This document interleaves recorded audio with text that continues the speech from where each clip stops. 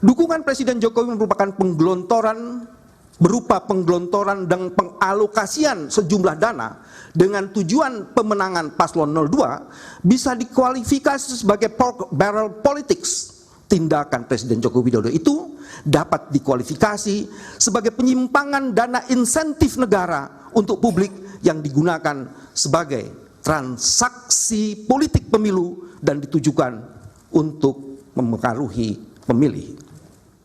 Halo, what's up guys, welcome back to my channel Arman Al-Fatih. Apa kabar teman-teman semua dimanapun anda berada, semoga sehat-sehat selalu.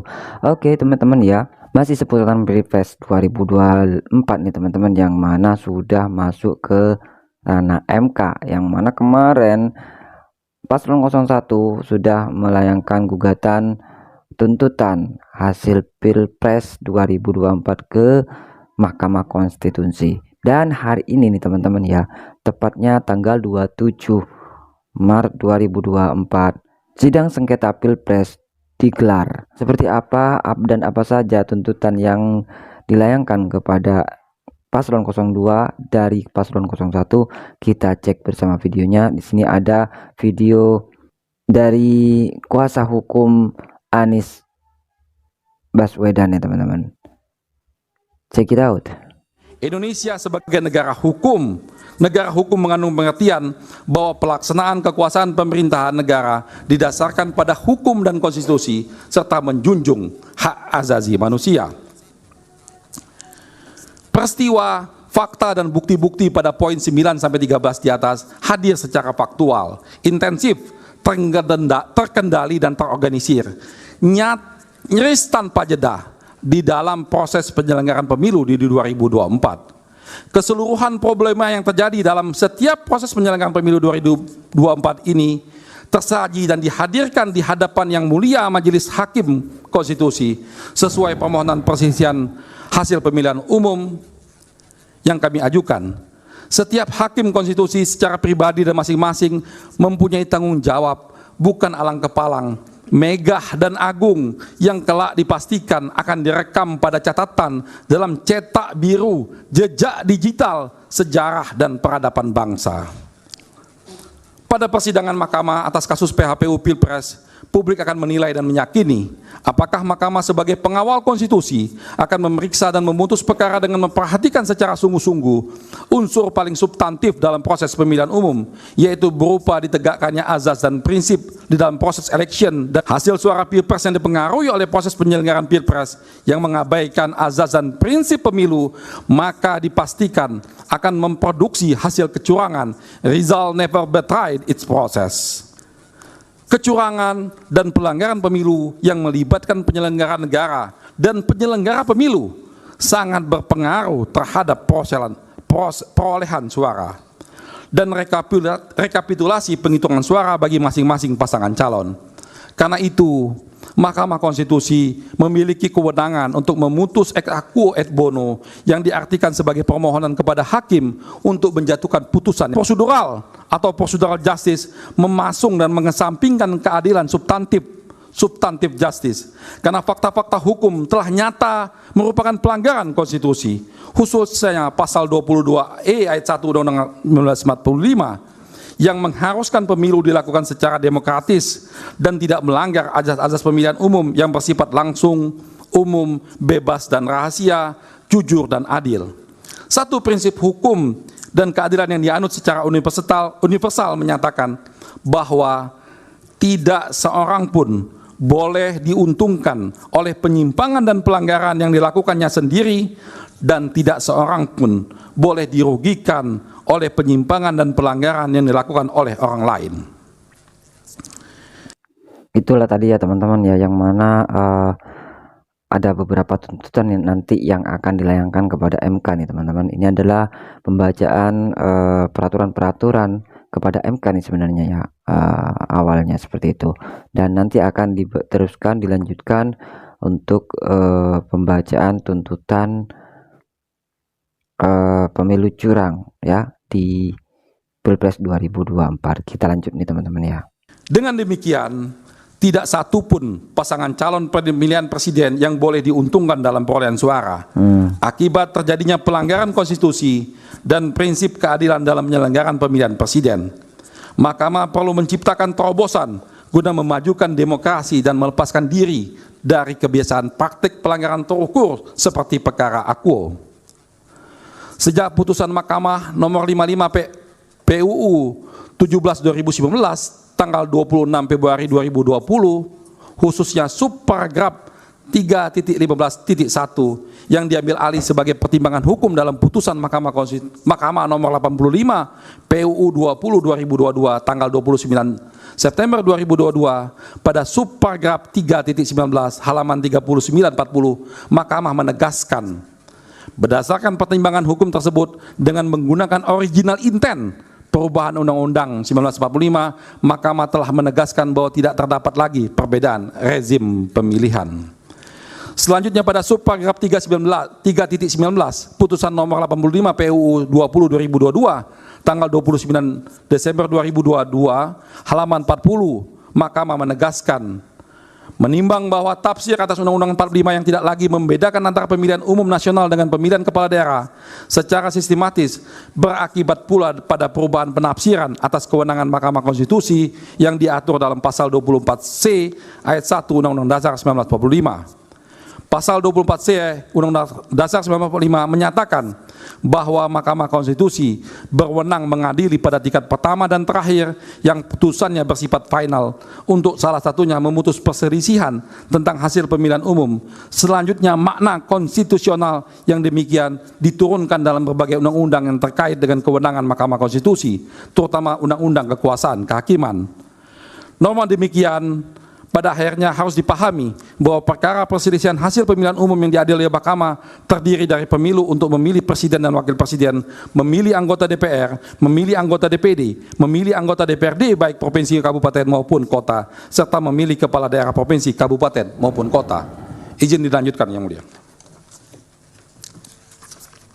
Nah, ini adalah lanjutan ya teman-teman ya, dan termasuk silakan ya, tuntutan waktunya secara kumulatif 90 menit ya Pak Ari dan Pak Bambang. tuntutan yang dilayangkan kepada MK nih tentang hasil Pilpres 2024. Karena perubahan pembacaan, maka mohon izin untuk membaca lebih perlahan, mudah-mudahan bisa menjelaskan semuanya. Majelis yang kami hormati dan kami muliakan, berdasarkan pada pertimbangan hukum Mahkamah dalam putusan nomor 55 tahun 2019 dan putusan nomor 85 tahun 29 September 2022, maka tidak lagi yang tahun 29 September 2022 di halaman 7 sekarang. Praktek beracara di Mahkamah Konstitusi dan Mahkamah Agung serta di negara-negara di dunia mempunyai dan memperlihatkan dasar fundamental yang paradigmatik sama. Mahkamah Konstitusi mempunyai otoritas untuk menegakkan keadilan, memperlihatkan dasar fundamental yang paradigmatik sama. Saya lanjutkan ke halaman 7 poin. Maaf. Bisa langsung kedudukan hukum Pak Bambang. Ya, saya masuk di pokok permohonan. Baik, silakan.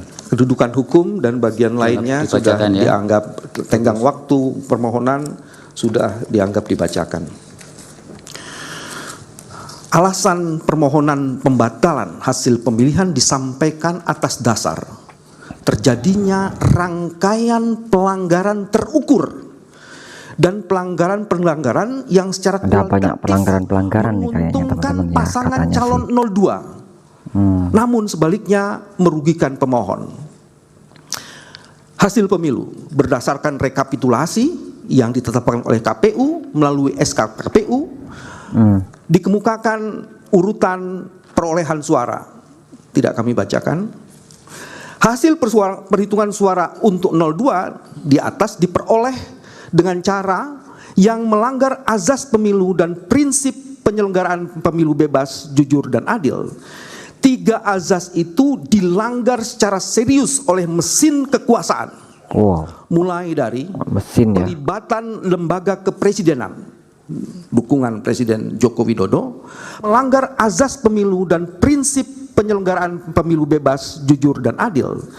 3 azas itu dilanggar secara serius oleh mesin kekuasaan atau bansos yang disalahgunakan untuk menggerakkan mesin pemenangan paslon 02 yang calon wakil presidennya secara jelas adalah anak kandung dari Presiden Joko Widodo.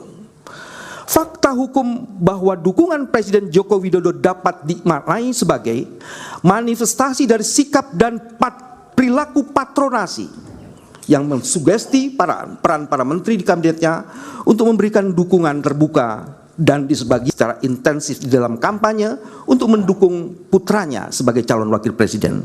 Manifestasi dari sikap dan perilaku patronasi yang mensugesti peran para menteri di kabinetnya untuk memberikan dukungan terbuka dan di sebagiannya bahkan ikut terlibat secara intensif di dalam kampanye untuk mendukung putranya sebagai calon wakil presiden.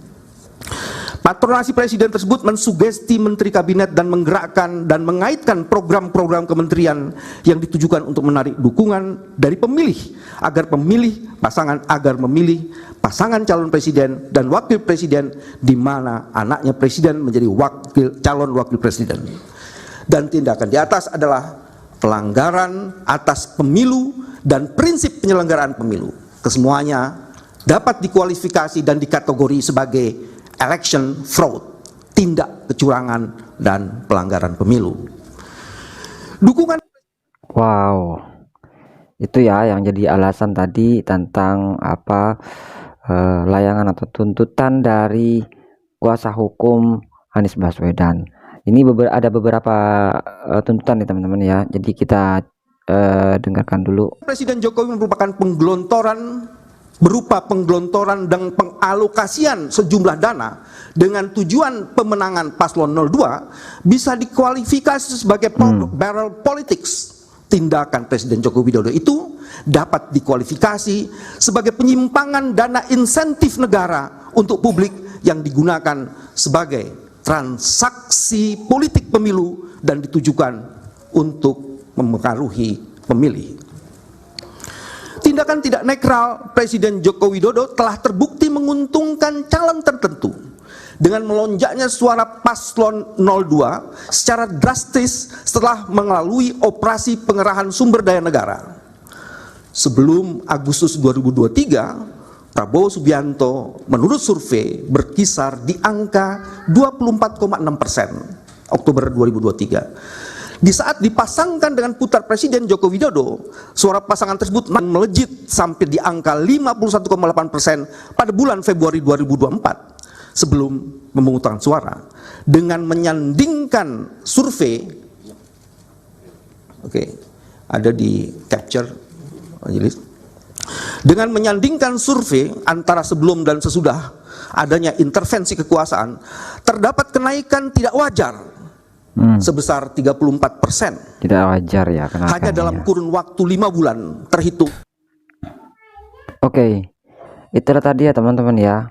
Adalah beberapa hal yang dilayangkan kepada MK terkait ada campur tangan dan cawe-cawe dari Bapak Jokowi nih, seperti itu ya teman-teman ya kalau yang kita simak bersama. Dan kebetulan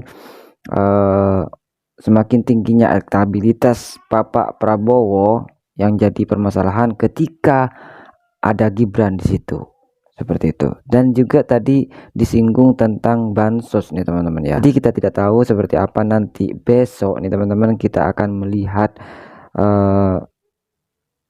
kita akan mendengarkan besok seperti apa. Oke, jadi besok akan digelar kembali sidang Mahkamah Konstitusi yang akan memberikan tanggapan dari pihak Prabowo nih teman-teman. Jadi kita tunggu seperti apa. Nanti tadi sudah ada jumpa pers juga dari pengacara masing-masing paslon, masing-masing kubu nih teman-teman ya. Dan Aduh, semoga ini bisa menemukan titik terang nanti, dan MK bisa memutuskan yang terbaik dengan adil, jujur, dan transparan.